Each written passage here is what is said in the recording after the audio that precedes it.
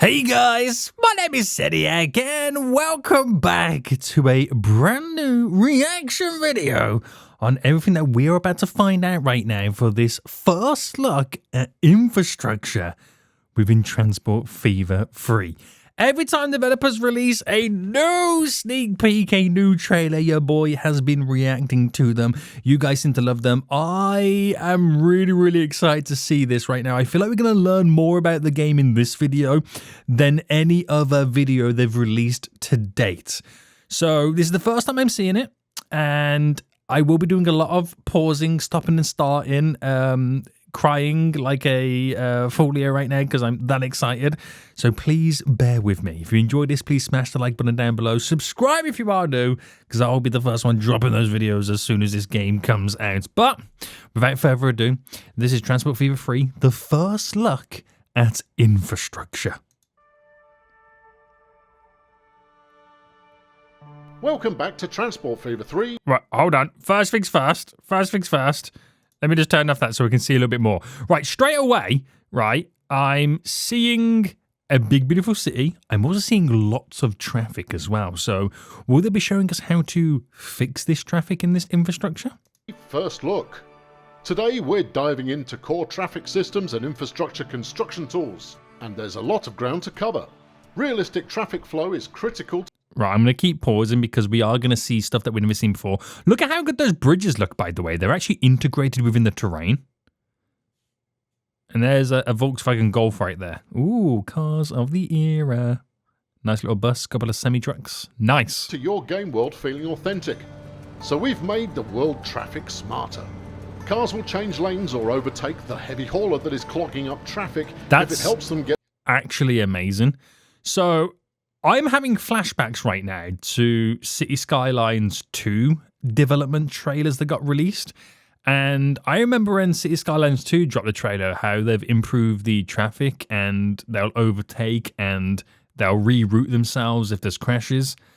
And we're getting it in Transport Fever 2. Oh my goodness me. Calm down, Transport Fever. I mean, this is only one feature right now, but don't take the wind out of the sails of City Skylines right now. To their destination faster. Smarter traffic needs better... Oh my goodness me, I was not expecting to see something like this. Oh, right, I've been saying this for ages right now. I've been saying this the day we have City Skylines style of road infrastructure building. It's game over. Game of the year. Give them the awards right now. It is done and dusted, boys. Take my money. I don't care what the price of this game is right now. Just take my money. Look at this right now. We've got snapping modes. We've got the heights, the bends. We can go underground. Oh my goodness me. This is absolutely amazing. We've got the guidelines as well. Please tell me it actually snaps to these guidelines. And they're about to create the world's smoothest interchange right now. So we've overhauled the road construction tools to be easier to work with and more flexible, while offering you more control over how your road Oh, that was kind of traffic, amazing. creating road junctions that... Did you just see the way he did that right there? Right, one, the bridge was absolutely amazing. More control over... I really like that. But two, right, look at the way he created a slip road. How your road network handles traffic. He clicks, Creating he road snaps. That might have been smoother than City Skylines. What are the developers doing right now? They are cooking, boys. The developers of Transport Fever are absolutely cooking right now. To any angle is now simple, allowing you to... Oh my, we are going to... Right. My biggest bane in Transport Fever was the ability not to create elaborate junctions, just because of the system for the roads, but you didn't need to, because the game is all about creating public transport. But now we can create amazing infrastructure with our roads for our public transport. It makes so much sense. Because I'm the type of player that I'll play the game, start with vehicles, but as soon as I can afford trains, vehicles go straight out the window. But I have a feeling this game is going to make you use vehicles, like road vehicles, more than you would have done in Transport Fever 2 or Transport Fever 1. So,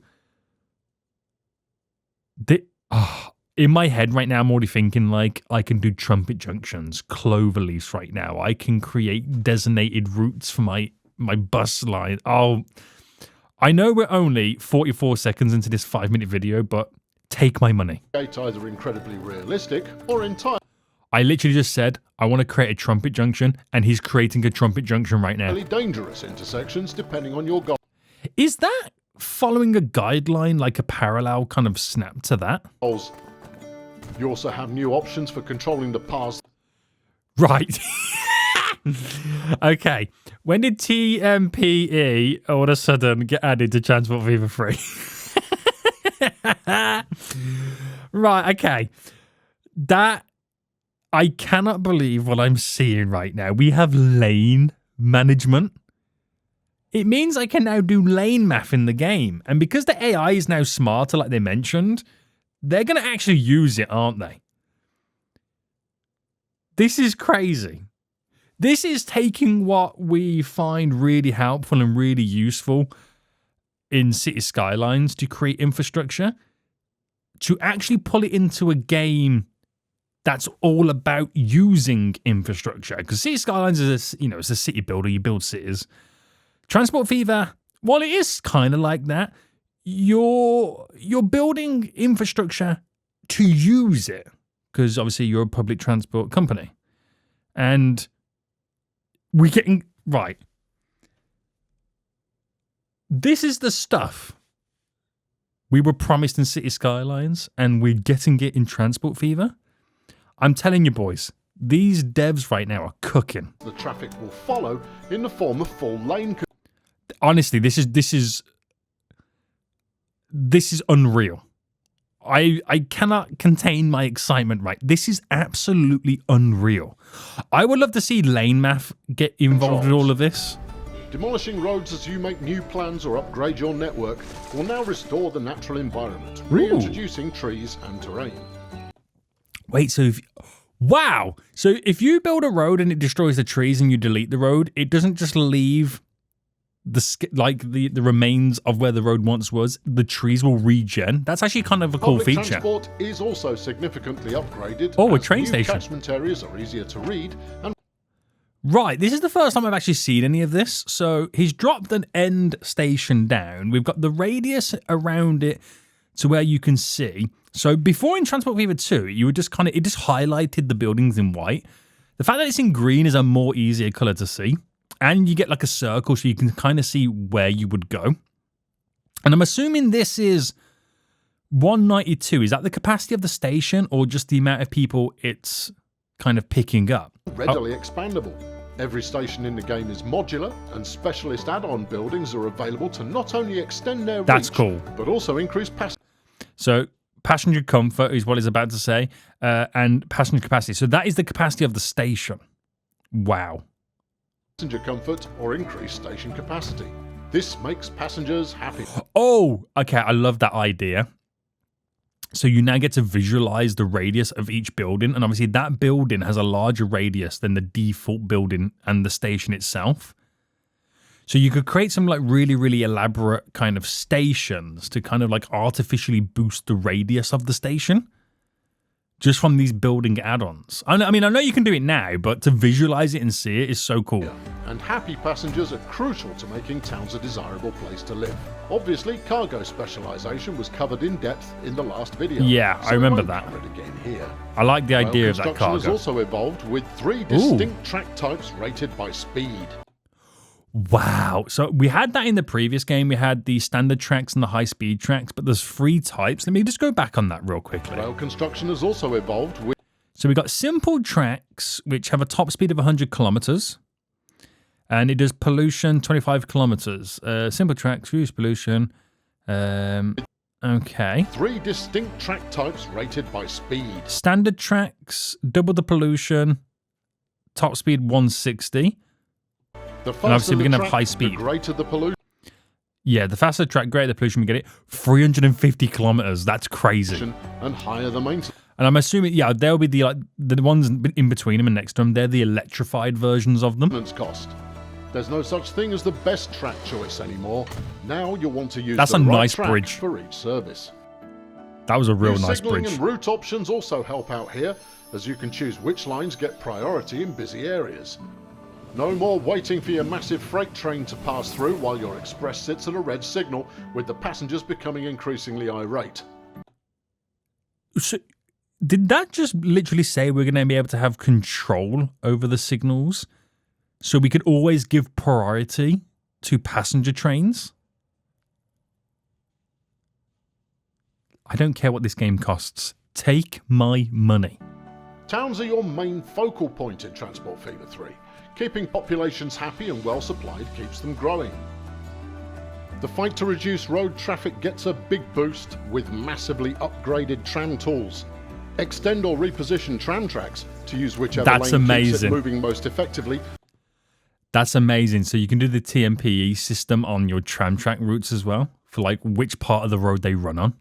And both pedestrian crossings and traffic lights can be moved. No way. No way. Now, I know you can remove traffic lights in Transport Fever 2, but it was a very awkward way to do it.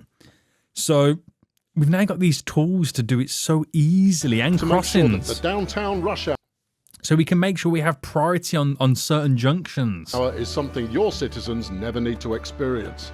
Pollution will negatively impact a town. Oh, there's that cargo tram. With noise significantly affecting residential areas. To truly stay on top of the problem. Sound barriers. Your joke. I love this, by the way. These, like, it's all integrated within the city, the roads either side, the sound barriers. That's amazing. Oh, this is going to be such a good game. You will want to make use of noise barriers to mitigate sound, while tree-lined avenues help reduce pollution. Is that an electric van? If you need more space... Wait, did it just say... Hold on. I almost missed that then. He mentioned about the trees. To truly stay on top of the problem, you will want to make use of noise barriers to mitigate sound, while tree-lined avenues help reduce pollution.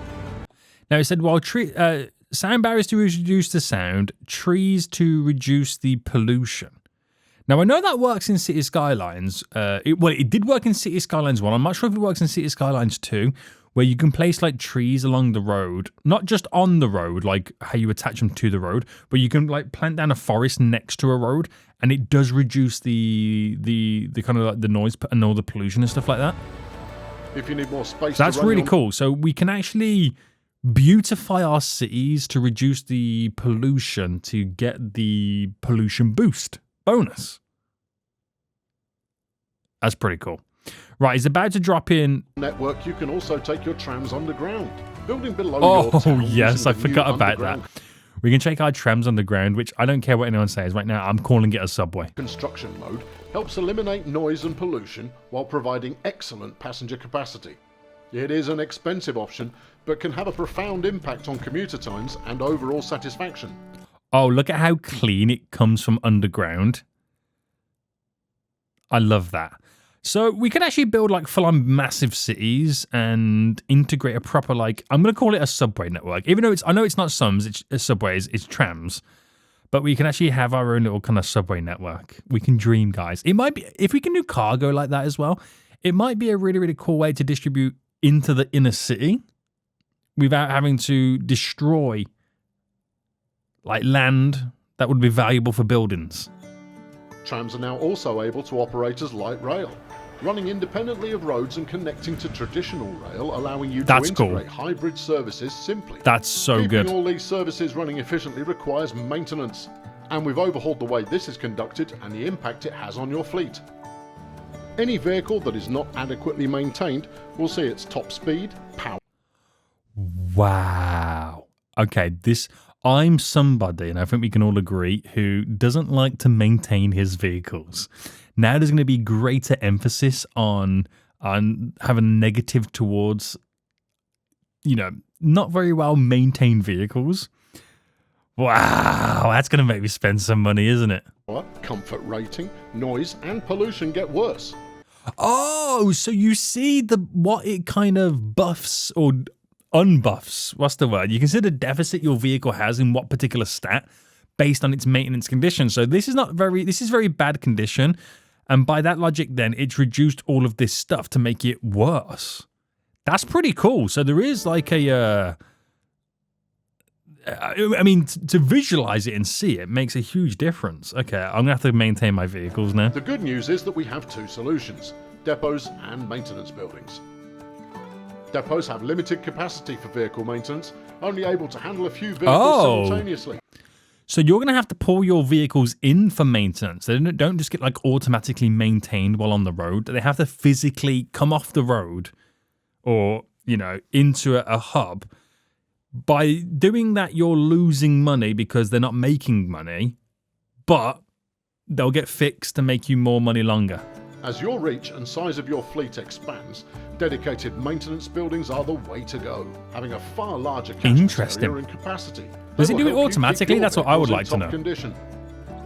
Planning out your routes more effectively is important to ensure that every vehicle receives enough maintenance, but we make this a little easier to handle with upgrades to the waypointing system, enabling you to take your surface vehicles off their most... Did he just like pretty much drag and drop the routing? Rather than placing down the waypoint and then making your line go to the waypoint, he just dragged and dropped it. I've just realized we don't have that in Transport Fever 2.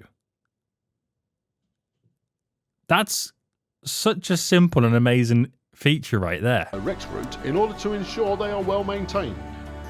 Aircraft aren't left out either, as you now have control over the path they will follow on every flight. Oh, this yes. Can be used to divert helicopters. Planes away from residential areas to... Okay, that's amazing. So the airports are the bane of my life because you never know where the airport route's going to go over if it goes over your city. So now you can avoid flight paths. Oh, that's amazing. You may master a profitable economy quickly in Transport Fever 3, but that's only half the challenge. Provide an excellent service to each town to keep growth positive, but don't introduce too much pollution. Keep passenger wait times down to please the population, but watch out for excessive noise. Having a positive bank balance will help resolve these problems, but serving towns well will take more than money alone. And town development... Look at that junction right there. Look at that cloverleaf. That's a topic to cover in another video.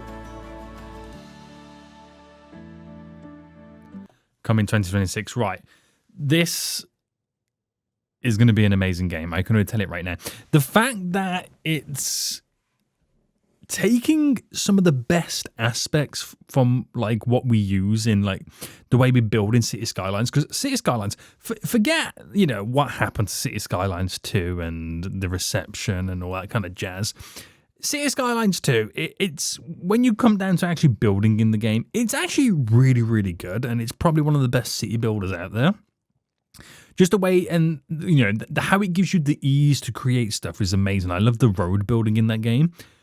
And then to see Transport Fever 3 come up with their own system, and it looks even easier to build something complex. The way it was snapping, the ease of the TMPE system, which I don't know what they're going to call it in this game. I'm just kind of, that's what we call it in City Skylines. The lane connectors, the way that we can kind of adjust how the trams run on the roads with all that stuff. The fact that we're creating slip roads with just like snappable access, and the way they implemented trumpet junctions and the clover leaves. This is going to be an absolutely wild game. I love the fact that everything looks like it can be integrated. I think there's going to be more emphasis on us using all different levels of public transport and just trying to create not just a system, but an integrated system where everything works together, everything complements one another. And I'm really excited for the subway system. Even though it's not a subway, it's an underground tram, but I will be calling it a subway. If you can deliver cargo like that into the city, that will be such an amazing way to reduce pollution. New track types as well. That's amazing. We've got different speed limits. And the fact that we can kind of like see those radiuses and what we kind of like have the capacity for and where we kind of reach with the stations means we can integrate better stations and we can plan things a whole lot better. I'm going to put my neck on the line right now and say that this is going to be the game of the year. If you're a city builder, a transport enthusiast, if you love tycoon-style, open-world, sandbox management games, I am struggling to find a game that's going to compete with this in 2026. This could be my game of the year. Take my money right now. Guys, let me know what you think about this in the comment section down below. This is going to be an absolute wild game. I am so excited. It's taking the amazing features from City Skylines, expanding on Transport Fever 2, which is already an amazing game, adding more of what we want and making it more easier for us to build. I don't think there's anything else I need right now. Just let me have the game. Guys, we're going to end it here. Let me know what you think about this in the comment section down below. Really appreciate you watching this right now. And yeah, subscribe if you are new around here, so you'll get notified as soon as this game does drop, and I'll be making videos on it. But I'm very excited. I hope you guys are excited too. And until next time, I will see you all soon. So, goodbye.